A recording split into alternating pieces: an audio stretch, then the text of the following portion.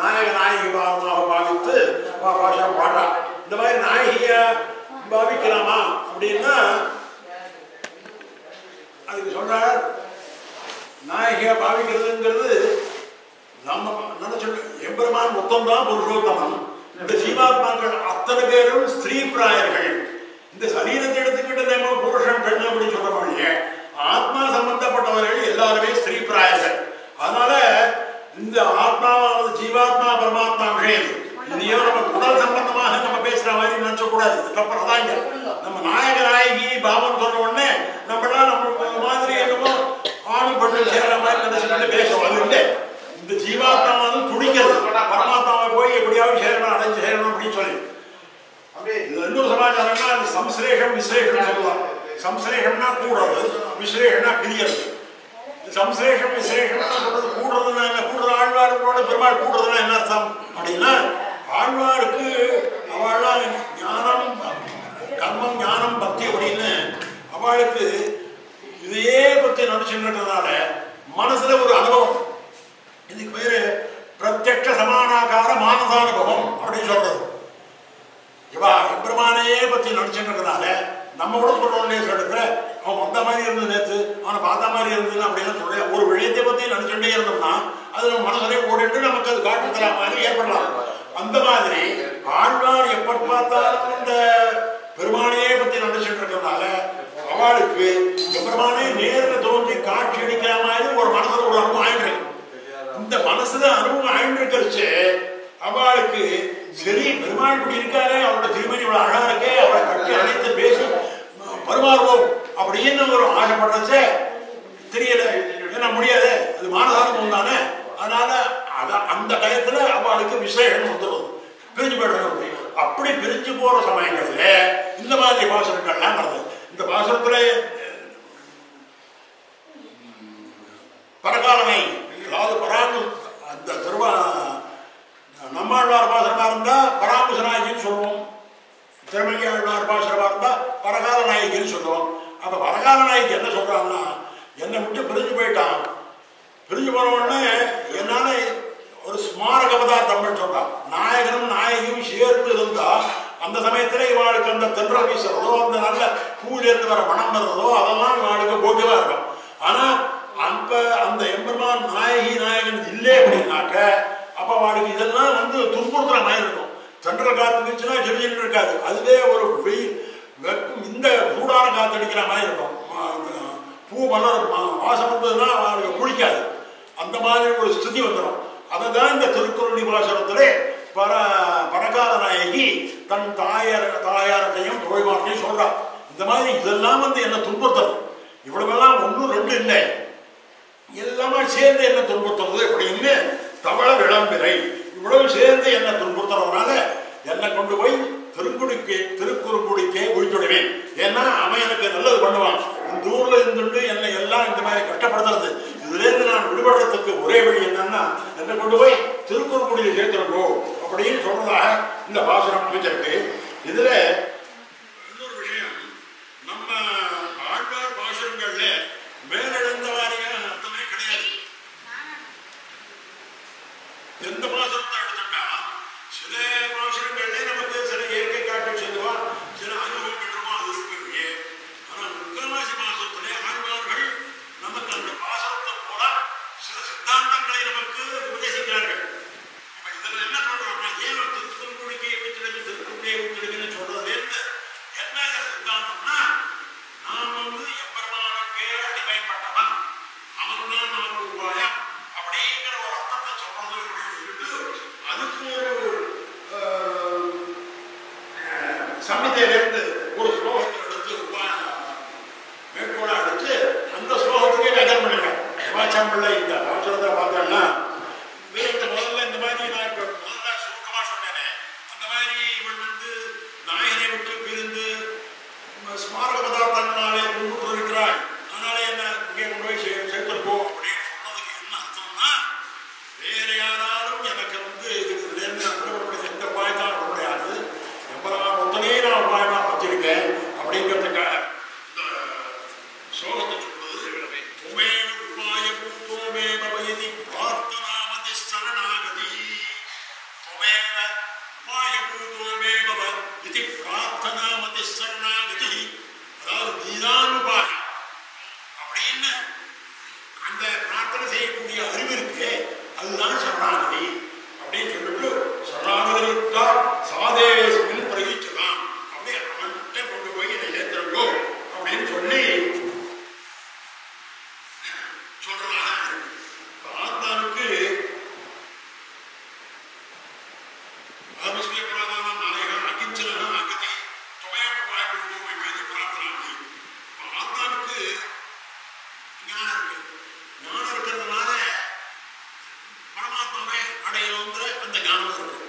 அந்த ஞானம் எப்படிப்பட்ட ஞானமா?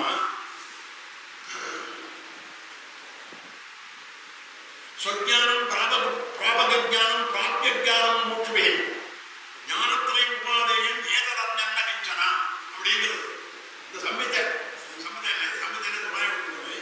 ஞானத்தை பற்றி சொல்றது அதுவும் ஒரு சம்மிதை தான். ஸ்வஜானம், பிராபகஜானம், பிராப்தியஜானம், மோட்சமே ஞானத்திலே உபாதேயம் ஏததன்ன கிஞ்சனா. இதை தவிர வேற இது இல்லை. இந்த ஆத்மாவுக்கு இந்த ஞானம்லாம் ஏற்பட வேண்டும். ஸ்வஜானம், ஆத்மானா என்னன்னு தெரியணும். ஆத்மாங்கிறவன் ஜீவாத்மாவுக்கு பரமாத்மாவுக்கு அடிமைப்பட்டவன். பரமாத்மா நியமிப்பவன், நாம் நியமிக்கப்படுபவர்கள் அப்படின்னு ஸ்வஜானம். பிராப்தியானம், அவன் அடையறதுக்கு என்ன வழி. பிராப்திய ஞானம், யாரை போய் அடையணும் அப்படின்னு இந்த ஞானம் நமக்கு ஏற்படும் அப்படின்னு சொல்றது. இதை தவிர அக்ஷபட்சக ஞானம்னு சொல்வார்கள். பிராப்திய பிரம்மணோ ரூபம் பிராப்திய பிரத்யேகாத்மனா பிராப்திவாயம் பரம் பிராப்தே ததா பிராப்தி விரோதிச்ச அப்படின்னு அக்ஷபட்சக ஞானம் சொல்றச்சு. இங்க 3 விதமான ஞானத்தை மாத்திரம் இந்த இதுல ஸ்லோகத்துல சொல்றோம். இந்த அஷ்டபட்சக ஞானம்ங்கிற ஸ்லோகத்துல இதை தவிர அதனால பலன் என்ன, அதுக்கு விரோதி ஸ்வரூபம் என்ன, அதையும் 2 சேர்த்து 3 அர்த்தம் 5 அர்த்தம் 3 அர்த்தம் சொன்னதுல இருந்து 5 அர்த்தம் சொல்றான். ஆக இந்த துமாய உபாயம் பூர்வமே பவைதி பிரார்த்தனாவதி சொன்னதுனால இதுக்கு ஸ்வரூபம் என்னன்னா இது அடிமைதான் அப்படிங்கிறது. சரி, இந்த அடிமைதான் சொல்றதுக்கு அதுக்கு ஏதாவது பிரமாணம் இருக்கா அப்படின்னா அதுக்கும் ஒரு பிரமாணத்தை சாந்தோபுரத்தை காமிக்கிறார். ஏஷ சம்பிரசாரா அஸ்மாத் சரீரா சமுத்காய பரஞ்சோதி உபசம்பத்திய ஸ்வேனரூபேன அபினிஷ்பதே அப்படிங்கிறார். ஸ்வேனரூபேன அபினிஷ்பதே எதுன்னா இந்த பெருமாள் அடைஞ்ச உடனே இந்த ஜீவாத்மாவுக்கு தன்னுடைய சொரூபம் விளங்குகிறது அப்படின்னு அந்த இதில் சொல்றது. அதனால தன்னுடைய சொரூபம் விளங்குகிறதுனா என்ன, இந்த மாதிரி அவனுக்கு நான் அடிமை அப்படிங்கிறது அப்ப அவனுக்கு வழங்குறது அப்படின்னு அதையும் எடுத்து நமக்கு காமிக்கிறார்.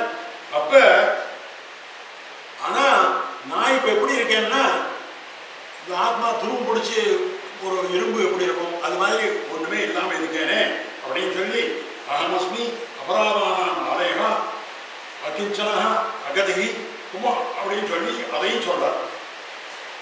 அகமஸ்மி அபராதானாம் ஆலயா அகிஞ்சனா அகதி அதையும் எடுத்து வியாக்கியானம் பண்றார். அகமஸ்மி அபராதானாம் ஆலயான்னு சொன்னதுனால இப்போ இந்த ஞானம் இல்லாம, ஏன்னா ஞானம் இல்லாம ஏன் ஞானம் இல்லை, சரீரத்தை பத்தி இருக்கிறதுனால. ஆத்மா தனியா ஆத்மா இருக்கிறச்சே அதுக்கு ஞானம், அதனால்தான் சுயநரூபேன அபிஷ்பத்தைன்னு சொல்றாரு. எம்பெருமானுடைய அடைஞ்ச உடனே இதுக்கு சுரூப ஞானம் வந்துடுறது. இப்பயே இல்லைன்னாக்கா இந்த சரீரத்தை பத்தி இருக்கிறனால, இந்த சரீரத்தை ஏன் பத்தி இருக்கிறதுனாக்கா கர்மானுடமா இல்லையா, அதான் நம்ம சித்தாந்தம். சரி, இந்த சரீரத்தை பத்தி இருக்குன்னா இது அனாதியா இருக்கு, சரீரம் அனாதி தானே, நம்ம கர்மா அனாதின்னு சொல்றோம். கர்மா இன்னைக்கு இல்லை, அனாதி அது.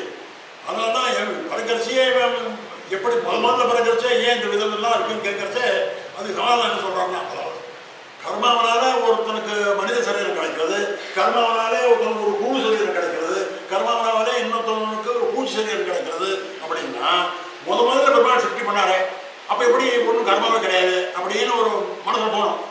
அதுக்கு நம்ம சித்தாந்தக்காரர்கள் என்ன சொல்றாங்கன்னா கர்மாவும் அனாதிங்கிறார். அது எப்போதுமே இருக்கு, இந்த ஆத்மாவோட அது எப்போதும் விட்டு இருக்கு. அதனால அதுக்கு தகுந்த மாதிரி சரீரம் எடுத்துக்கிறோம்.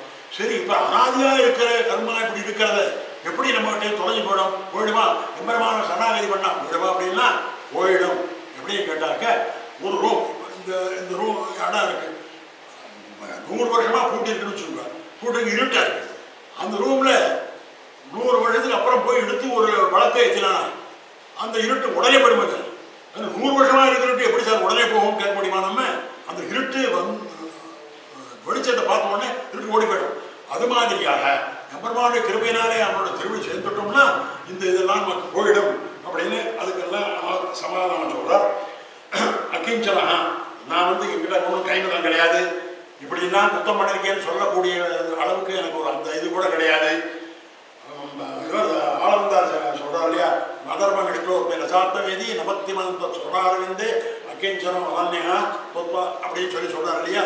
அது மாதிரி எனக்கு ஒரு இதுவும் இல்லை, அனன்யகதி வேற போக்கடம் கிடையாது எனக்கு. துமைய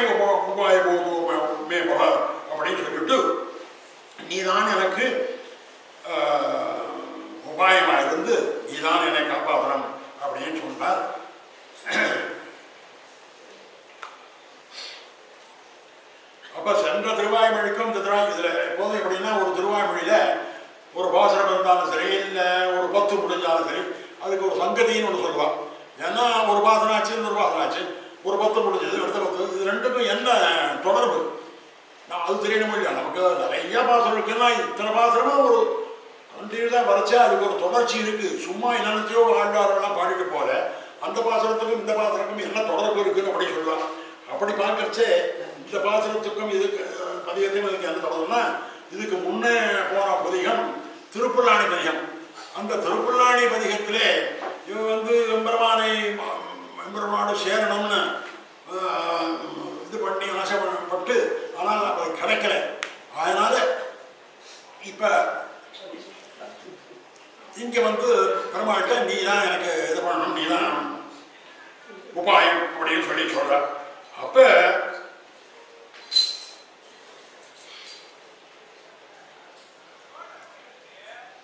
ஒரு விஷயம்னா இதில் எழுதியிருக்காங்க. திருப்புல்லாணியில பெருமாள் சீதையை மீட்கணுங்கிறதுக்காக அங்கே திருப்புல்லாணியில் தர்மசேனம் பண்ணி இருந்திருந்தார். ஆனால் சீதை வந்து 10 மாதம் காத்துருந்தா. ஆனால் என்னால் காத்துக்க முடியாது அப்படிங்கிற அந்த பிரகாரம்.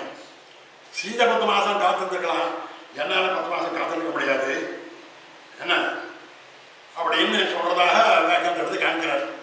ஏன்னா இந்த ஆழ்வாருடைய தன்மை அப்படின்னு கேட்டால், பெருமாள்கள்லாம் ரொம்ப சர்வசாதாரணமாக சேவை சாதிக்கிறேன்னா பேச ஆரம்பிச்சுடுவார். அவரே ஒரு இடத்துல அந்த இந்துளூர் பாசனம் இருக்கு இல்லையா, அந்த இடத்துல பாசிவல்லீர் இந்துளூரில் வாழ்ந்தேவோம் நீரே அப்படிங்கிறார். அதாவது பாசிவல்லீர் இந்துளூரே வாழ்ந்தேவோம் நீரே அப்படின்னு சொல்ற இடத்துல பெரியவாச்சாம்பிள்ள வியாக்கியான சிறுசுக்தியை நான் அடியை படிக்கிறேன். என்ன எழுதியிருக்காருன்னா, அதாவது எவ்வளோ ஒரு க்ரோஷத்தோட அவருக்கு ஆழ்வாருக்கு எவ்வளோ கோபம் வருவதுன்றதை எடுத்து காட்டுறாங்க. உம்முடைய உடம்பு உண்மை ஆசைப்பட்டார்க்கு என்றிருந்தோம்.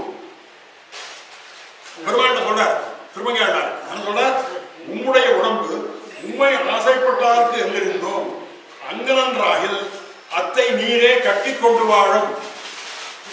அத்தை நீரே கட்டி கொண்டு வாழும் என்ன ரொம்ப சாதாரணமா முத்தட்ட சுலபமா பேசுற மாதிரி எழுதியிருக்கிறது பெரியாச்சாம்பிள்ளை.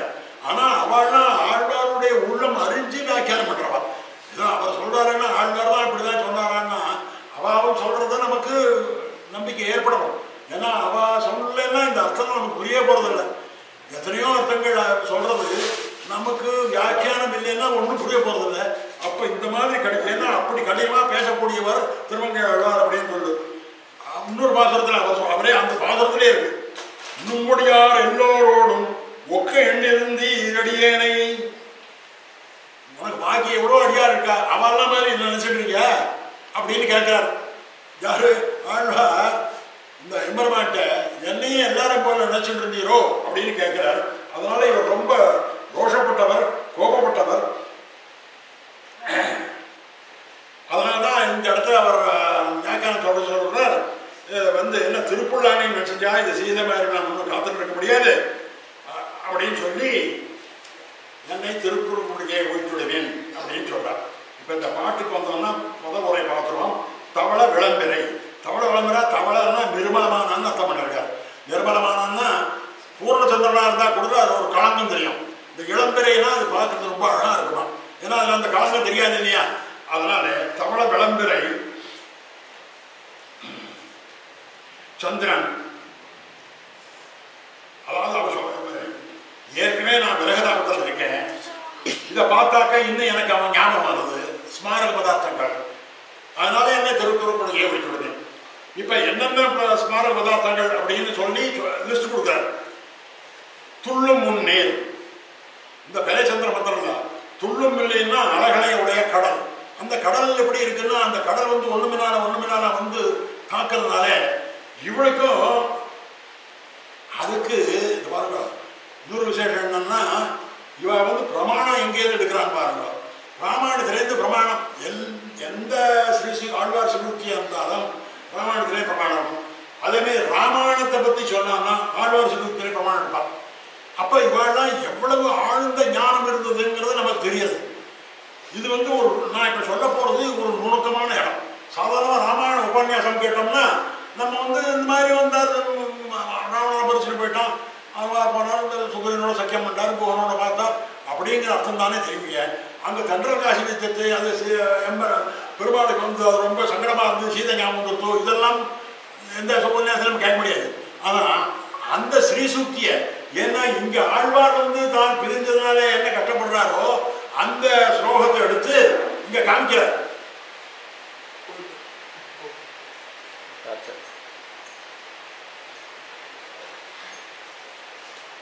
Gotcha.